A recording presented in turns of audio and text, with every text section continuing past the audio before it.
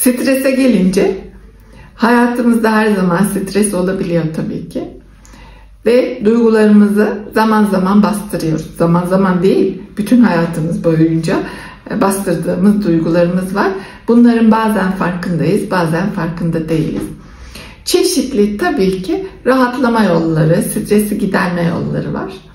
Ben stresimi azaltmanın yolu olarak işte o üniversiteye gittiğim sıralarda gördüm ki sanatla terapi diye bir kavram var. Bunun üzerine gittim. Eğitimini almaya çalıştım.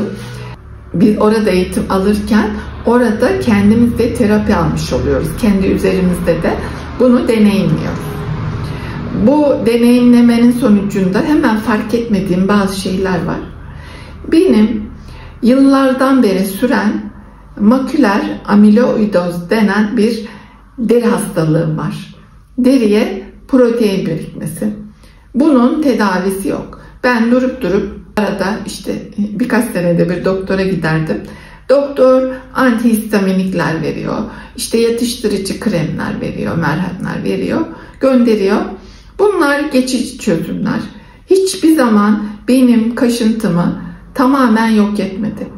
Gece yarıları ben uykumdan uyanıp, kaşıntılarla uyanıp böyle derimi kaşırken yara ettiğimi biliyorum.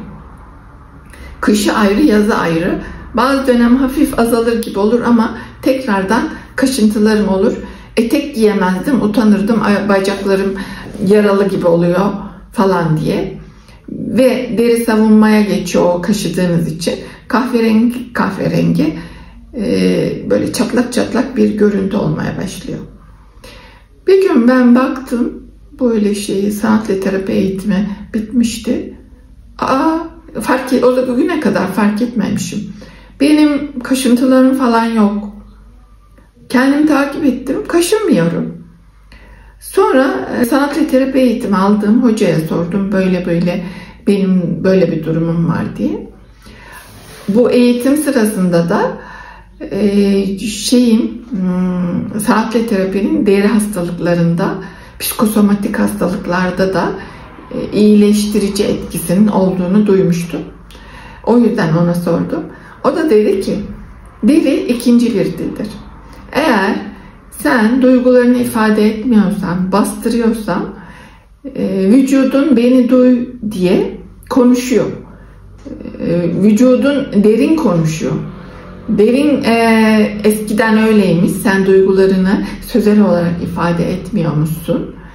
Sanatla terapi yoluyla simgeleştirmeler yaptıkça, duygularını ifade ettikçe senin derin konuşmayı bırakmış. O yüzden senin derinde iyileşmeler oluyor gibi bir yorumda bulundu. İşte o zamandan beri de kaşınmıyorum. Bazen çok stresli olduğum zamanlarda hafif bir kaşınır gibi olursam fark ediyorum. Hemen rahatlama yollarını, duygularımı ifade etme yollarını buluyorum. Sanatla ifade ediyorum, resimle ifade ediyorum, yazıyla ifade ediyorum. Bir şekilde duygularımı ifade etmeye çalışıyorum. Yani kısaca söylemek istediğim, stresin bizim hayatımızda olumsuz etkileri olduğu, bunu da çeşitli stres giderme yollarından birisiyle giderebileceğimizi düşünüyorum. Bu sizin için başka şeyler olabilir ama benim için sanatla terapi iyileştirici bir unsur oluyor her zaman için hayatımda. Gelelim beyni genç tutmaya. Ben 42 yaşına kadar ev hanımıydım. 42 yaşında üniversite sınavlarına girip Pamukkale Üniversitesi resim öğretmenliğini kazandım. 46 yaşında bunu bitirdikten sonra bölüm birincisi olarak bitirdim. Sonra yüksek lisansa başladım. O sırada sanatla terapi kavramları yeni ortaya çıkıyordu. Bunun eğitimini alabilmek için 2010-2016 yılları arasında İstanbul'a gelip gittim. Bu eğitim bittikten sonra da yüksek lisans tezimi onkoloji hastalarıyla yaptım. Eğitimin sonundaki, sanatla terapi eğitiminin sonundaki tezimi de eşinde bipolar bozukluk olan bir kadınla yapmıştım. Ona sanat yoluyla destek olmak için. Beyin gelişimiyle ilgili, beyni genç tutmayla ilgili şunu söylemeyi unuttum. Bizim beynimizdeki nöronlar arası iletişim arttıkça bizim öğrenmemiz artıyor. Bir şeyi öğrenmek demek soyut bir kavram değilmiş. Araştırmalarım sonucunda öyle diyor. Öğrenme beyindeki nöronlar arası iletişimi artırmakmış. Diyelim iki nöron arasındaki açıklık bu kadarken metafor uyguluyoruz. Bu öğrenirken biz aradaki mesafe ilk baştan iletişimi kurmak zor olurken gittikçe arayı sıklaştırıyoruz. Diyelim hani İngilizce öğrenirken bir kelimeyi hemen hatırlamıyoruz da sonradan otomatikman hatırlamaya başlıyoruz. Bu o kadar tekrarların sonucunda olmuş. Matematik öğrenmek de öyle. Bizim bedenimizin mantığı aslında işlemeyen şeyleri yok etmek. Beyindeki hücreler kullanılmıyorsa onları yok oluyorlar, küçülüyorlar. Beyindeki hücreler çalışırsa daha büyüyorlar, iletişimleri daha artıyor. Beden de öyle. Bedenimizi biz kullanmadıkça kullanmadığımız şey küçülüyor. Kullandıkça biz büyüyor.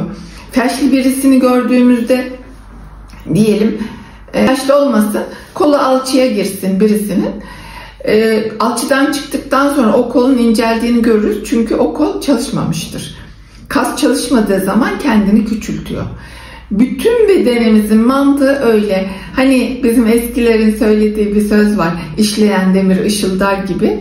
Aynı şeyi öğrenmede, sporda, bedensel ve zihinsel gelişimin hepsinde uygulayabiliriz.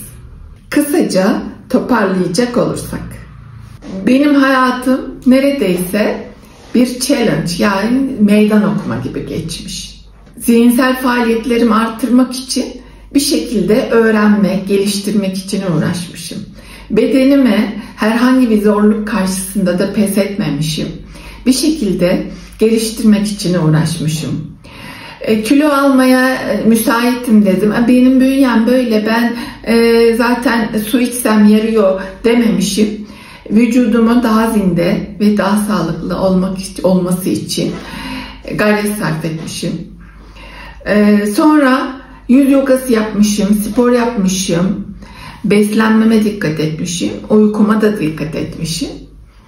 Alkol ve sigaradan da uzak durmuşum.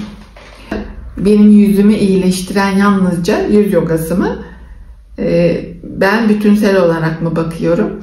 Longevity'yi hayatımda gerçekleştiriyor muyum? Kısaca ben yüz yogası yapıyorum, spor yapıyorum, beslenmeme dikkat ediyorum, uykuma dikkat ediyorum, alkol ve sigara almıyorum, stresi hayatımdan uzaklaştırmaya çalışıyorum.